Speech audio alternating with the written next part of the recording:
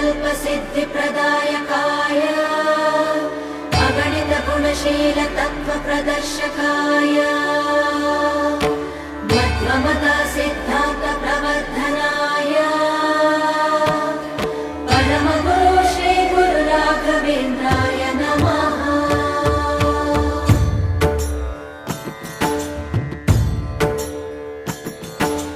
पूज्याय राघवेन्द्राय सत्यधर्मरताय च भजतां कल्पवृक्षाय नमतां कामधेनवे।